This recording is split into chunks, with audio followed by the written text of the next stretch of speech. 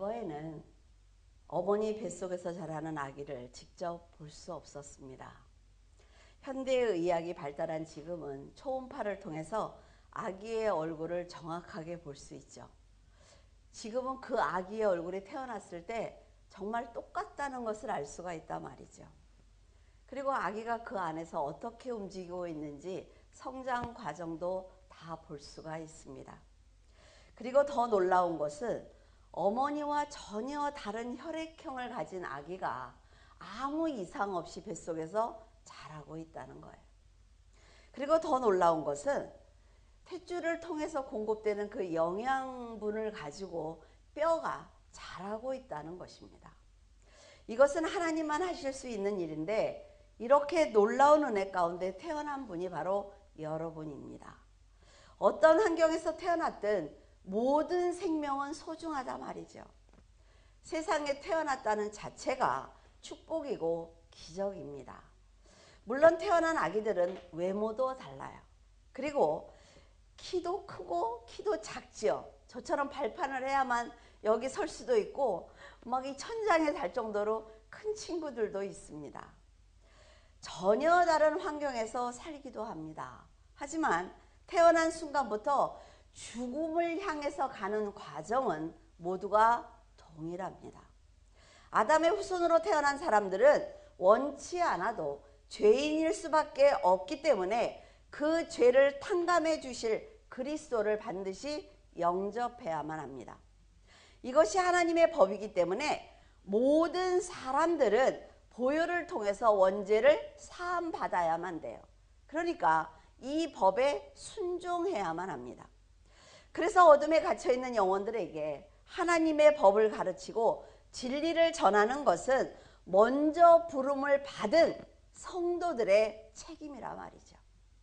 그리스도께서 하나님의 명령에 순종하신 것처럼 성도들은 한 명이라도 더 구원받을 수 있도록 사명을 온전히 감당해야만 합니다.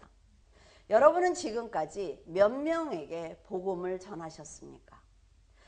성도들이 복음을 전하지 않는다면 세상 사람들은 죄인으로밖에 살 수 없어요. 그러니까 부지런히 복음을 전해야 한단 말이죠. 1절에 너는 내 떡을 물 위에 던져라. 여러 날 후에 도로 찾으리라. 이 말씀은 여러분이 가진 재물을 어려운 이웃에게 나누어 준다면 베푼 만큼 좋은 결과를 얻을 수 있다는 말씀입니다. 하지만 오늘은 우리가 여러분이 가진 영적 양식인 진리를 세상에 전하기 위해서 최선을 다한다면 많은 구원의 열매를 얻을 수 있다라는 말씀으로 생각해 보고자 해요. 요한계시록 17장 15절에 천사가 말하길 음녀가 앉아있는 물은 백성과 무리와 열국과 방언이다 라고 한 것으로 보아 물은 세상 모든 사람을 말하고 있다라는 것을 알 수가 있습니다. 세상은 음녀가 다스리고 있어요. 그렇기 때문에 그리스도의 능력을 던지 않는다면 세상에서 스스로 걸어 나오는 것은 절대로 쉽지 않습니다. 요한복음 6장 51절에 나는 하늘에서 내려온 살아있는 떡이니 사람이 이 떡을 먹으면 영생하리라. 아주 정확하게 얘기하고 있단 말이죠. 어떻게 해야 구원을 받습니까? 라고 물어볼 필요가 없다는 거예요. 내가 줄 떡은 곧 세상의 생명을 위한 내 살이다 라고 말씀하셨어요. 그리스도는 성자 하나님이기 때문에 음녀가 대적할 수 없습니다. 그리고 빛이기 때문에 어둠이 절대로 이길 수가 없다는 거예요. 그래서 여러분 두려워하실 것 없습니다. 예수 그리스도께서 나와 함께 하시기 때문에 절대로 세상을 두려워할 필요가 없어요. 그리고 방에 이렇게 누워서 귀신이 들어올 것 같죠? 하나도 염려할 것 없다 말이죠. 음녀가 다스리는 이 세상에서 사탄을 이기고 영생을 주실 수 있는 분은 오직 그리스도뿐입니다. 그래서 성도가 전하는 복음은 자신의 지식을 전하는 것이 아닙니다. 내가 배운 걸 전하는 게 아니에요. 하나님의 말씀인 진리를 전하는 것이기 때문에 담대하게 선포하셔도 된다는 거죠. 두려워할 것 없습니다. 상대가 그 말씀을 받든 받지 않든 상관하지 마세요. 여러분에게서 나간 그 말씀은 선포한 것이기 때문에 염려할 필요가 없다는 거예요. 생명 되시는 예수님을 담대하게 전할 때 말씀을 들을 자가 있는 귀는 들을 것입니다. 듣고도 영접하지 않는 자는 나무가 쓰러진 곳에 그대로 있는 것처럼 어둠에 그대로 갇혀 있을 거예요. 하나님께서는 이렇게 중요한 사실을 성도들이 전해주기를 바라고 계시는 것입니다. 여러분은 세상에 죄가 가득하다는 것도 알고 죄를 미워하시는 하나님의 진노가 곧 임할 것도 알고 있습니다. 하지만 그리스도를 두려워하지 않는 사람들은 주께서 강림하신다는 것을 믿지 않는다 말이죠. 그렇기 때문에 우리가 전하는 그 말씀을 미쳤다고 얘기를 해요. 그래서 조롱하는 것입니다. 노아의 홍수로 인해 세상이 멸망한 것처럼 하나님께서 말세에 계획하고 계신 심판은 불로 심판하시는 것입니다. 복음을 전하는 성도들이 핍박을 당할 걸 알고 계세요. 그런데 하늘과 땅을 불로 심판하실 그날을 기다리고 계십니다. 왜? 소돔과 고모라처럼 세상에 죄가 가득할 때까지 기다리고 계시는 거예요. 그리스도께서 심판주라는 것을 아는 성도들은 지금 믿음으로 점도 없고 흠도 없이 선하게 살기 위해서 노력해야 된다 말이죠. 마지막 때가 가까워오자 하나님은 전도자를 찾고 계십니다. 그를 통해서 하나님 나라를 확장해 나가기를 원하고 계세요. 그래서 여러분에게 내 도구가 되어줄래? 네가 나와 함께 할래? 그러면 내가 너를 도울 수 있을 것 같아. 이렇게 말씀하고 계신단 말이죠.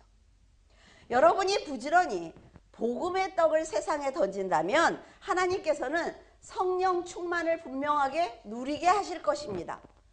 영원한 나라에 들어올 수 있는 큰 복을 허락하실 거예요. 근데 먼저 뭡니까? 천국은 침노하는 자의 것이라고 했어요. 가만히 앉아있으면 천국에 들어갈 수 없습니다. 내가 천국에 들어가기 위해서 애써야 된단 말이죠. 노력해야 되는 거예요. 6절에 너는 아침에 씨를 뿌리고 저녁에도 손을 놓지 말라.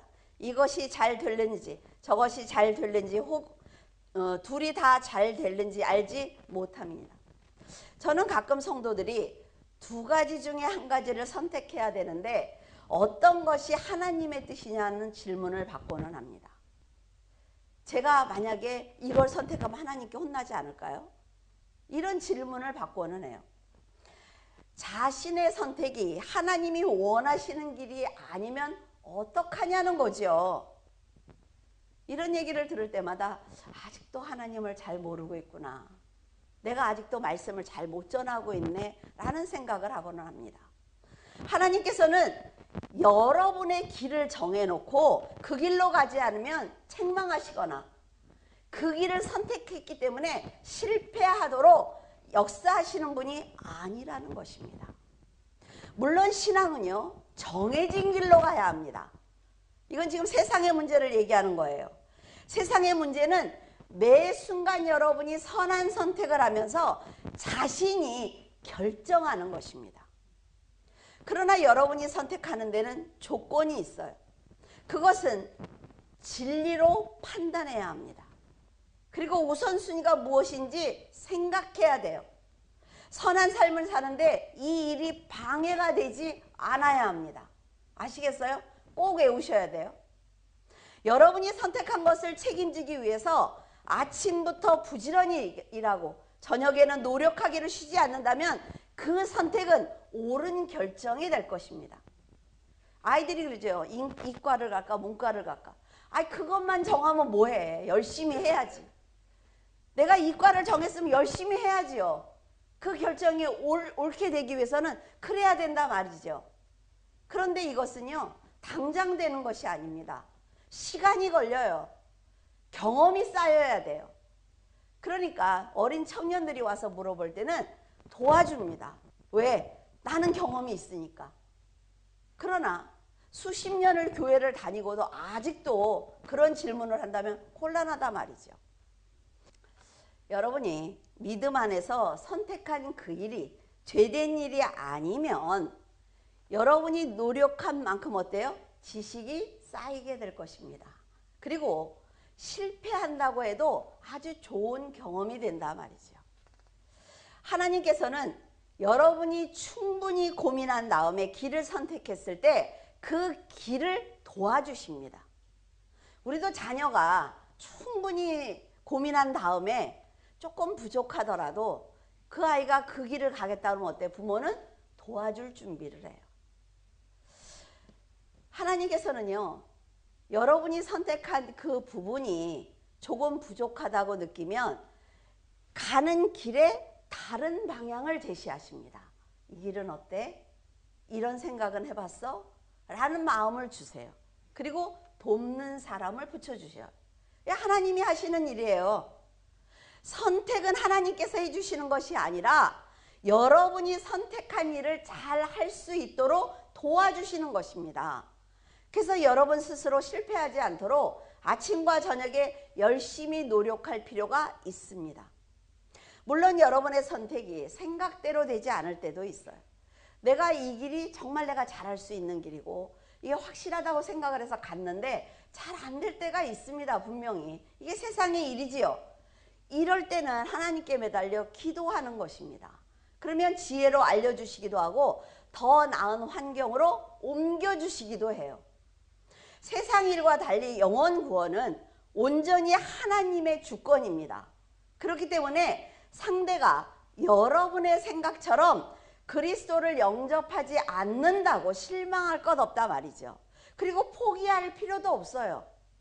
여러분이 전한 말씀이 언제, 어느 때, 어떤 환경에서 그에게 깨달음이 될지 알지 못한단 말이에요.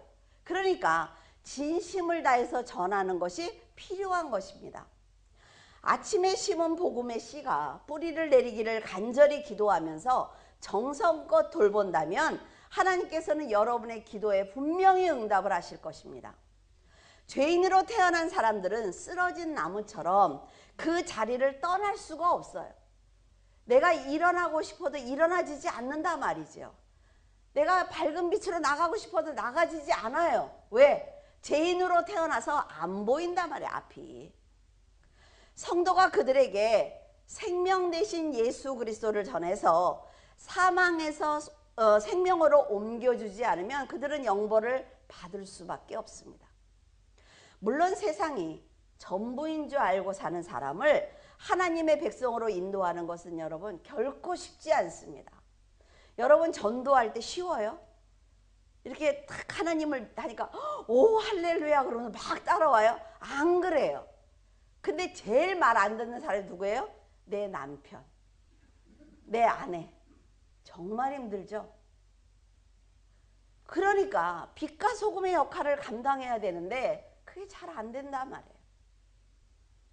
근데 여러분, 여러분이 지혜롭게 깎고 다듬는 일을 열심히 한다면, 그에게 본이 된다면 그를 하나님의 자녀로 거듭나게 할 수 있습니다. 솔로몬이 믿음의 형제들에게 말하고 싶은 말은 열심히 씨를 뿌린다면 하나님께서 뿌리를 내리고 싹을 자라게 하실 것이므로 선한 믿음으로 사명을 감당하라는 말입니다. 베드로가 말하길 내가 참으로 하나님은 사람의 외모를 보지 아니하시고 각 나라 중 굉장히 중요한 얘기를 하고 있어요. 누가 구원을 받냐면 각 나라 중 하나님을 경외하며 의를 행하는 사람은 다 받으시는 줄로 깨달았다 라고 얘기를 하고 있어요. 그래서 하나님은 믿음만 보시는 분입니다. 그가 어떻게 살든 어디에 살든 외모가 어떻든 상관없어요. 오직 믿음만 가지고 의를 행하는 사람을 구원하겠다. 이게 하나님의 마음이라 말이죠. 생명 되시는 예수 그리스도를 전하는 성도들이 외모로 사람들을 판단한다면 사탄의 종으로 살아가는 사람들을 구원할 수 없습니다. 사탄은 한 영혼도 구원받지 못하도록 방해하고 있어요. 그렇기 때문에 하나님의 권능으로 영혼을 향한 사랑을 베풀어야만 합니다. 사람들이 하나님을 영접하지 않는다고 실망할 필요 없다 말이죠. 그리고 분을 낼 필요가 없어요. 구원은 하나님께 달려있기 때문에 믿고 전하기만 하면 됩니다. 우리가 전도하다가 상대가 말 안 듣면 어때요? 에휴, 그래. 아이, 지옥에 가든지 마음대로 해. 아유, 내가 하다 지쳤다 이제. 이러는데 무슨 상관이 있어요? 어? 구원을 내가 한다고 생각하면 안 된단 말이죠. 여러분이 전한 말씀을 때가 되면 분명히 움트게 하실 것이기 때문에 하나님께 기도하면 돼요. 하나님, 제가 아무리 전해도 저 사람의 마음이 움직이지 않는데 하나님, 어느 때입니까? 제가 점점 지쳐가는데 하나님께서 역사하시기를 원해요. 이렇게 하나님께 하면 되지. 왜 그 사람한테 가세요? 기껏 막 사랑하는 척하고 막 예수를 믿으세요, 뭐 너를 사랑하고 쭉 하다가 갑자기 말 안 듣는다고, 아유 그래 네 맘대로 하라, 지옥에 가라, 뭐 이러면 누가 그 사람의 말을 들어요? 하나님의 말씀은 살았고 활력이 있어서 좌우의 날선 어떤 검보다 예리합니다. 그래서 혼과 영과 및 관절과 골수를 찔러 쪼개기까지 하기 때문에 하나님께 맡기면 하나님께서 그 사람에게 하신단 말이죠. 하나님은요, 마음의 생각과 뜻을 판단하십니다. 그래서 우리는 믿고 맡기면 되는 거예요. 창세기 6장 13절, 하나님이 노아에게 이르시되 모든 혈육 있는 자의 포악함이 땅에 가득함으로 그 끝날이 내 앞에 이르렀으니 내가 그들을 땅과 함께 멸하리라. 노아는 하나님께서 이 땅을 심판하시겠다는 말씀을 믿었습니다. 하나님께서 이 세상을 불로 심판하시겠다는 걸 우리는 믿어야 돼요. 하나님께서 그리스도께서 공중에 재림하시겠다고 말씀하신 그거를 우리는 믿어야 된단 말이죠. 거기서 시작을 해야 내 신앙이 시작이 되는 거지. 그걸 믿지 않고 그저 하나님 앞에 앉아서 내 자식이 잘 되게 해주세요, 누가 잘 되게 해주세요, 이거 다 소용없는 거예요. 그러니까 노아는 구원을 위해서 간절한 마음으로 그들을 대하는 것입니다. 하나님의 명령에 순종하는 거죠. 하지만 음녀의 영역 아래서 사는 세상 사람들은 하나님의 심판을 믿지 않습니다. 여러분들이 그걸 아셔야 돼요. 그들은 믿지 않아요. 왜 내가 이렇게까지 얘기하는데 안 들어? 안 들려요. 들리지 않습니다, 여러분. 오직 땅만 바라보고 사는 사람들이에요. 그들은 먹고 마시는 것에만 관심이 있죠. 그러니까 노아가 전해준 심판의 말씀이 자신의 생명을 살리는 복음인 줄 모른단 말이에요. 말씀을 믿지 않는 그들을 보면서 노아는 절망했습니다. 여러분, 세상에요, 세상 사람들이 악한 사람만 있습니까? 그렇지 않아요. 교회 다니는 성도들보다 훨씬 착한 사람들이 많습니다. 많아요. 근데 하나님이 정하신 법은 뭡니까? 그리스도를 통해서. 이게 너무 중요하단 말이죠. 그러니까 그들을 보면서 절망을 하지만 그들의 구원은 하나님께 달려있다는 생각을 노아는 하고 있습니다. 그러니까 심판을 전하는 것과 방주를 만드는 것을 동시에 병행하면서 열심히 살아가요. 이렇게 홍수가 있다는 것을 의심하지 않고 부지런히 일한 이유는 하나님은 약속을 반드시 성취하신다는 걸 믿는 것입니다. 우리 눈에 하나님 보이지 않습니다. 근데 우리에게는 성경이 있어요. 성경은 반드시 성취됩니다. 하나님은 성취될 때까지 일하신단 말이죠. 그렇기 때문에 이걸 아는 노아는 심판이 임할 마지막 날까지 최선을 다해서 방주를 만들었습니다. 노아는 방주를 만들 정도로 잘 산 사람이에요. 가난한 사람이 아닙니다. 그렇기 때문에 다른 사람들처럼 어때요? 즐기고 살 수 있어요. 그렇지만 하나님이 어떤 분인지 알았다는 것입니다. 그들처럼 먹고 마시며 세상을 즐길 수가 없는 거예요. 할 수 있지만 안 하는 것입니다. 성도들 역시 얼마든지 즐기고 살 수 있습니다. 하지만 하늘에 소망을 두었기 때문에 낮은 자리에서 자족하는 거지요. 사명을 감당하는 것입니다. 사람들에게 전도지를 주면서 망신을 당해도 상관없는 거예요. 왜? 나는 이미 갈 길이 정해진 사람이기 때문에. 여러분, 이 세상이 멸망하는 시점은 소돔과 고모라처럼 이 땅의 죄가 강성할 때입니다. 불의와 강포와 죄가 강성해지면 세상은 반드시 심판을 받습니다. 절대로 잊으면 안 돼요. 그래서 여러분이 세상을 바꾸려고 하지 마세요. 세상은 절대로 바뀌지 않습니다. 왠 줄 아세요? 교권이 무너져서 그래요. 우리 여기 선생님들 계시지만 부모들이 감히 선생님들한테 가서 소리를 지르고 선생님을 때리고 선생님을 고소하고 교권이 무너졌어요. 그 아이들이 성장을 해서 지금 30대죠. 그 아이들이 어떻게 키웁니까? 여러분들 식당에 가보셨어요? 막 뛰고 접시 깨트리고 난리쳐도 어때요? 야단치지 말래요. 내 아이한테 왜 그렇게 하니? 이 세상이요 점점 나빠질 일만 남았습니다. 정말 모두가 정신을 차려서 교권을 회복하고 선생님들이 선생님의 자리를 온전히 세울 수 있는 그래가서 이 나라가 조금 회복될 수 있으면요 50년에서 100년이 걸립니다. 앞으로도. 세상이 달라질까요? 달라질 것 같지 않아요. 제가 볼 때. 그러니까 성도들이 해야 될 일이 더 많은 거예요. 등불을 켜서 등경 위에다 올려놔야 되는데 성도들이 뭐라 그래요? 세상을 살다 보면. 세상 사람들이 저렇게 하는데 나는 그래도 쟤네는 10까지 갔는데 나는 그래도 5에 서 있으니까 그래도 교회 다니는 성도들이 낫다라는 말을 합니다. 아니요. 하나님께 용서받지 못합니다. 하나님은 그렇게 호락호락한 분이 아니에요.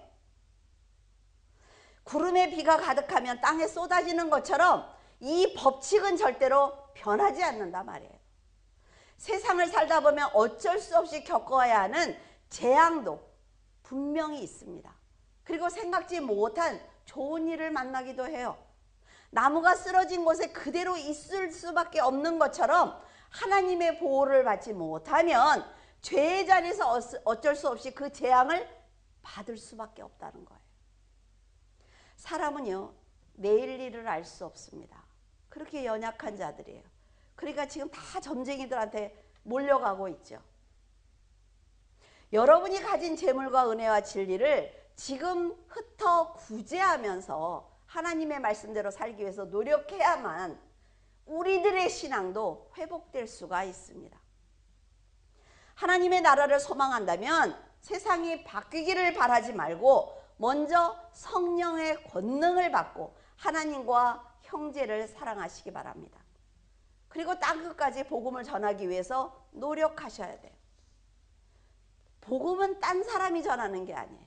내가 전하는 것입니다. 그러면요 힘과 구원과 위로의 하나님께서 여러분을 분명히 지켜주실 것입니다. 경험해 보시라 말이죠. 방주에는 몇십억의 인구 중에 오직 노아의 가족 8명만 탔습니다. 여러분. 세상이 물에 다 잠길 때 8명만 살았어요. 지금도 세상에 수십억의 인구가 있습니다. 70억에 80억에. 그런데 재림하실 그리스도를 몇 명이 영접할까요? 교회를 다녔으니까? 아니요. 내가 성경을 읽었으니까? 아니요. 믿습니까? 그리스도를 믿으세요? 그리스도께서 역사하실 건 믿으십니까? 하나님께서 나에게 주신 사명이 무엇인지 아십니까? 사람들이 시집가고 장가가며 자기 일에 몰두하느라 노아의 말을 듣지 않았던 것처럼 성도들이 심판을 경고하고 있지만 오만한 생각을 가진 세상 사람들은 그 말씀을 무시하고 있습니다. 비 한 방울 내리지 않는 쾌청한 하늘을 보면서 노아를 조롱했던 사람들은 하늘이 열리고 비가 엄청나게 쏟아지고 땅에서 물이 솟구치는 것을 보고 나서야 노아의 말이 사실이었구나 라는 걸 알게 되었어요. 하지만요 심판이 임하는 것을 보고 깨달으면 늦습니다. 끝났어요. 끝났습니다. 여러분. 내 눈에 보이지 않는다고 그리스도의 재림과 심판이 없는 것이 아니라 말이죠. 나에게 보여달라. 저도 전도하면 그런 사람 많아요. 그럼 저한테 보여주세요. 못 보여줘요. 믿음으로밖에, 성경 말씀으로밖에 저는 알려드릴 수밖에 없습니다. 라고 얘기하면 조롱하지요. 그냥 목사님이 나 잘 믿으세요. 그러고 가버려요. 지금 여러분이 세상을 향해 던진 생명의 떡이 몇 명의 사람을 구원할지 자세히 알 수 없습니다. 여러분이 나눠주는 복음을 듣고서 그들이 새 생명을 몇 명이 얻을지, 아니면 지금 당장 얻을지, 아니면 여러 날 후에 하나님을 영접하게 될지, 그것조차 여러분에게 말씀드릴 수는 없어요. 그렇기 때문에 당장 구원의 열매가 보이지 않는다고 해서 하나님께서 역사하실 것을 믿고 복음을 전하지 않는다면 우리는 게으른 자가 됩니다. 하나님께서 내가 너에게 맡긴 떡을 물 위에 던졌느냐라고 물어보신다면 여러분은 어떤 대답을 하시겠습니까? 마음속으로 한번 대답해 보세요. 크게 말하지 말고. 조명수 권사님 크게 대답하고 걱정이 돼가지고.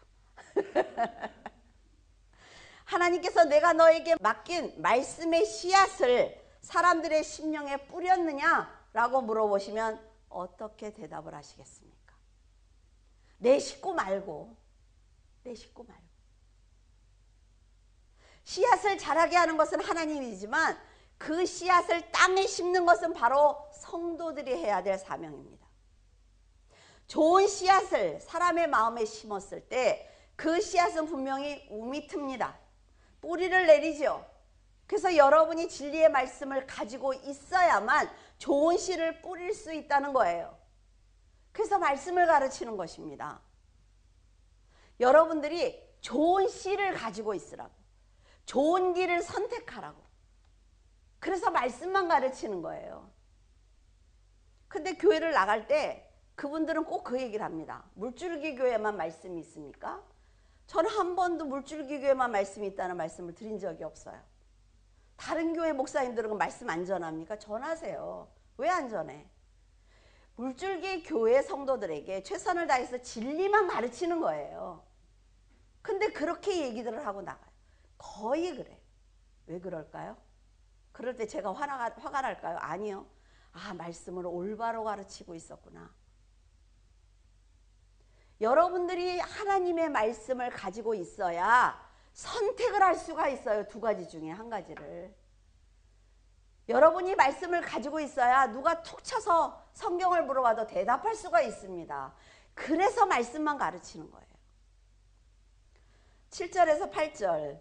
빛은 실로 아름다운 것이라 눈으로 해를 보는 것이 즐거운 일이로다. 사람이 여러 해를 살면 항상 즐거워할지로다. 그러나 캄캄한 날들이 많으리니 그 날들을 생각할지로다. 다가올 일은 다 헛되도다. 세상을 사는 거는 행복하고 아름다운 일입니다. 우리가 생명을 가지고 나가서 햇빛을 보고 사랑하는 가족들과 함께 사는 건요, 아주 큰 축복이라 말이에요. 하나님이 주신 큰 복입니다.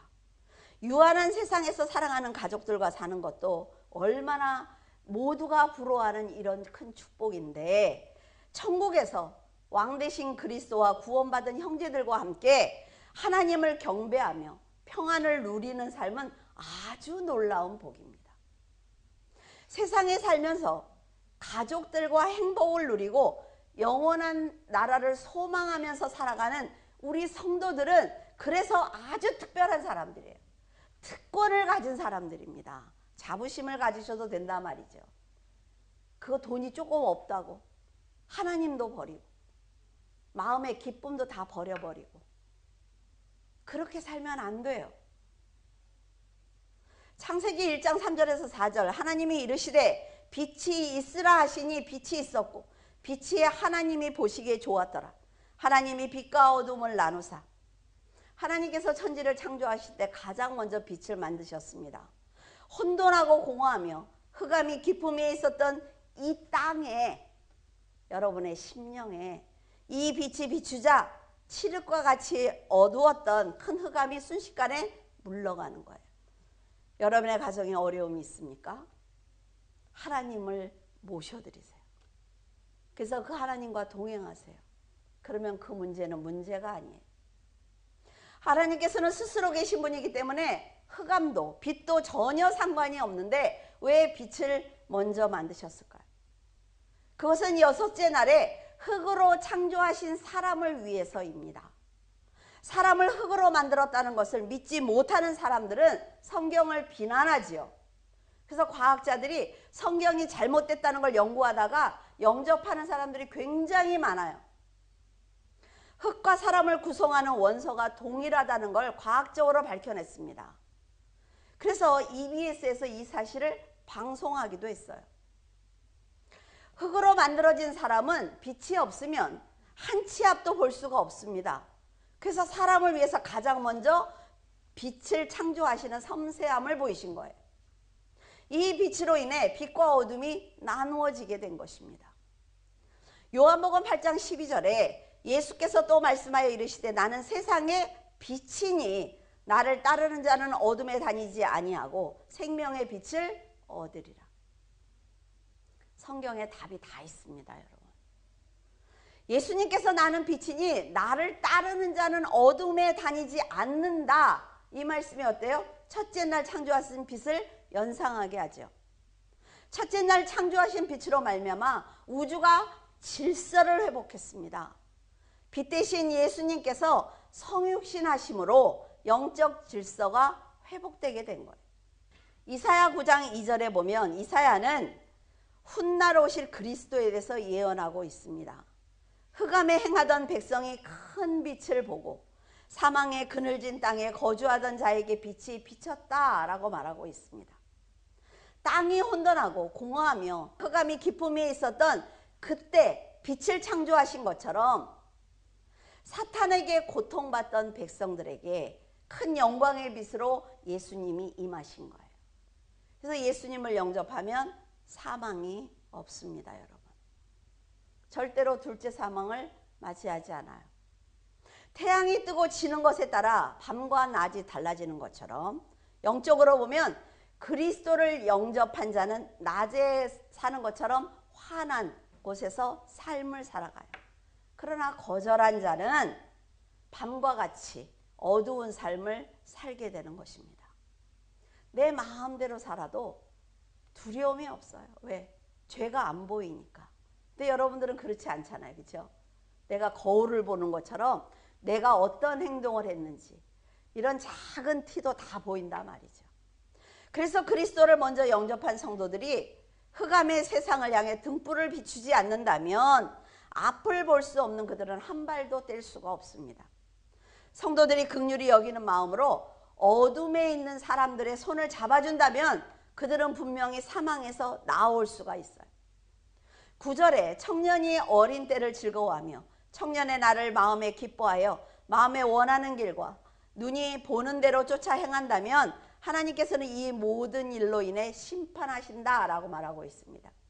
여기서 청년이라고 한 것은요, 여러분의 인생의 황금기를 말합니다. 무엇이든 힘있게 할 수 있어요. 이때 내가 결정하면 다 할 수 있습니다. 하나님의 말씀을 그러니까 이때는 하나님의 말씀을 잊지 않고 선한 삶을 살아야 되는 거예요. 여러분의 황금기는 언제였습니까? 저는 40, 50대예요. 정말 최선을 다해서 달렸습니다. 하나님 앞에 원하는 걸 다 받고 하나님과 동행하면서 세상이 작아 보이는 그때 저는 40, 50대입니다. 청년의 때의 말씀으로 올바른 판단을 할 수가 있다면 여러분 후회 없는 인생을 만들 수가 있단 말이죠. 여러분에게 끊임없이 진리의 말씀을 전하는 것은 어떤 상황에서도 올바로 선택할 수 있는 힘을 드리기 위해서예요. 진리는 변하지 않습니다. 이 길은 변하지 않아요. 근데 세상은 너무나 많은 변수가 있어요. 그러면 여기서 내가 어떤 걸 선택할 거냐는 내 안에 이 말씀이 있느냐 없느냐의 차이입니다.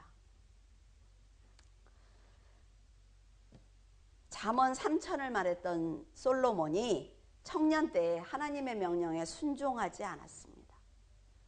만약 이 솔로몬이 끝까지 순종하는 삶을 살았다면 나라는 물론 수많은 백성과 자신을 하나님께 인도했을 것입니다. 그러나 청년 때에 쾌락을 즐기고 음란한 삶을 살면서 세월을 보냈기 때문에 지금 전도서를 보면 계속 후회하고 있어요. 여러분은 솔로몬의 인생을 통해 하나님과의 관계가 얼마나 중요한지 아셨을 것입니다. 그래서 매 순간 올바른 판단을 하기 위해서는 하나님의 뜻대로 살겠다는 다짐을 하셔야만 한단 말이죠. 여러분이 던진 떡으로 어둠에 갇혀있던 사람이 영광의 빛으로 나올 수 있도록 더 기도하면서 하나님께 칭찬받는 성도가 되기를 바랍니다. 기도하겠습니다. 할렐루야. 살아서 역사하신 하나님, 은혜를 감사를 드립니다. 저희들은 살아가면서 엄한 하나님의 얼굴도 보았고 인자하신 하나님의 얼굴도 보았으며 저희를 보고 환하게 웃으시는 하나님의 얼굴도 보았습니다. 아버지 하나님께서는 항상 저희들과 함께 계신다는 것을 알면서도 언제나 저희들은 마음대로 행동하며 세상 사람들과 어울려 하나님의 마음을 아프게 해드릴 때가 얼마나 많았는지 모릅니다. 그러나 하나님, 저희들은 압니다. 아버지 하나님께서 저희들을 얼마나 사랑하시는지, 얼마나 하나님의 뜻대로 살아가기를 원하시는지, 얼마나 이 세상 위에서 세상을 다스리기를 원하시는지, 아버지 하나님, 그런 자녀들로 살아가기를 원합니다. 지금은 비록 부족하고 연약할지라도 저희들 곁에 아버지께서 계시고 믿음의 형제들이 있사오니 하나님, 서로 협력하여 선을 이루며 아버지의 나라를 확장하기 위해서 노력하겠습니다. 아버지 하나님께서 특별히 사랑하시는 물줄기 교회 성도들을 기억하여 주시옵소서. 아버지의 나라를 향해 달려가기를 소망하며 그 말씀대로 살기를 원하여 본이 되는 귀한 삶을 살고 있사오니 아버지 하나님께서 불쌍히 여기시고 부족한 부분을 채워주시며 두려워하지 말라고, 놀라지 말라고, 내가 너와 함께 한다고 아버지 하나님 성도들에게 직접 말씀하여 주시옵소서. 아버지, 세상이 비록 험하고 험난할지라도 오직 진리의 길로만 가겠사오니 아버지 하나님께서 함께 하시고 붙들어 주시옵소서. 감사하며 우리 주 예수 그리스도 이름으로 기도드립니다. 아멘.